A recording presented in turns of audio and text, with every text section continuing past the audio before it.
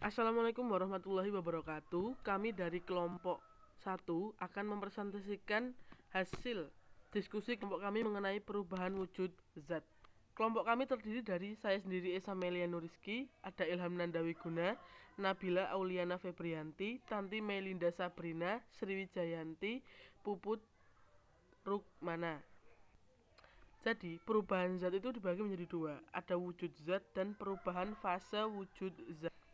Lalu wujud zat merupakan sesuatu yang memiliki massa dan yang menempati ruang. Lalu zat itu memiliki 3 wujud. Yang pertama zat padat, yang kedua zat cair, dan ketiga gas. Yang pertama zat padat.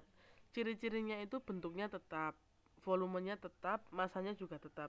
Contohnya itu adalah di gambar yang ada di dalam PPT ini. Nah, partikel zat padat. Jarak antar partikel itu berdekatan dan teratur. Gaya antar partikel sangat kuat. Itu seperti yang ada di contoh. Itu adalah berjejer dan rapi ya. Lalu yang kedua, itu ada zat cair.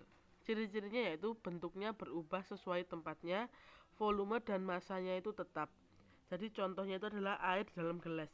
Dia itu bentuknya menyesuaikan dengan bentuk gelas. Lalu partikel zat cair itu, jarak antar partikelnya itu cukup berdekatan. Letaknya tidak teratur. Gaya tarik antar partikelnya itu sedang. Seperti yang ada di dalam gambar itu adalah bentuk partikel atau jarak antar partikelnya seperti itu. Lalu yang ketiga ada gas. Ciri-cirinya yaitu bentuk dan volumenya itu berubah sesuai tempatnya. Namun masanya tetap. Contoh adalah balon. Ya, jadi balon itu seperti itu. Masanya itu tetap tapi bentuknya dan volumenya itu berubah sesuai dengan tempatnya. Lalu partikel zat padat itu zat gas, jarak partikel berjauhan, letaknya tidak teratur, gaya tarik menariknya sangat lemah. Seperti yang ada di contoh, ada gambarnya itu adalah partikel zat gas. Lalu ada perubahan zat, perubahan kimia, perubahan yang menghasilkan zat jenis baru.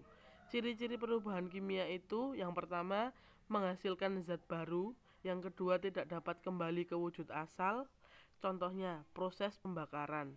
Jadi misalkan pembakaran kertas itu pertama kertas dalam bentuk kertas, lalu setelah dibakar itu menjadi abu. Nah itu merupakan perubahan kimia. Jadi ada zat baru dan tidak bisa kembali ke wujud yang asal. Lalu ada perubahan fisika, perubahan yang tidak menghasilkan zat atau jenis zat baru. Ciri-ciri perubahan fisika itu yang pertama tidak menghasilkan zat baru, yang kedua dapat kembali ke wujud asal. Contohnya adalah proses es mencair. Jadi es batu itu kalau mencair akan menjadi air, namun dia bisa menjadi es batu kembali. Begitu. Lalu ini perubahan fase wujud zat. Jadi dari cair ke gas itu menguap, dari gas ke padat itu menyublim, dari padat ke cair itu mencair. Lalu kita ulang lagi, dari gas ke cair itu mengembun, dari cair ke padat itu membeku, dari padat ke gas itu namanya deposisi.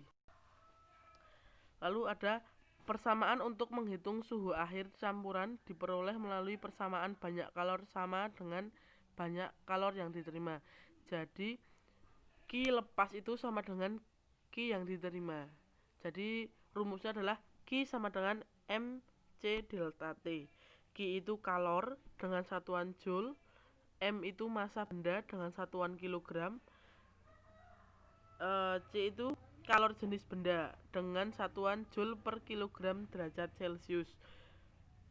Delta T itu merupakan perubahan suhu dengan satuan derajat Celcius.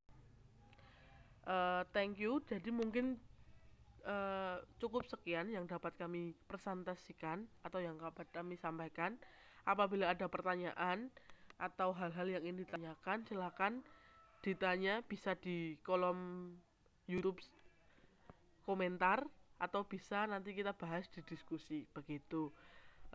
Sekian, terima kasih. Wassalamualaikum warahmatullahi wabarakatuh.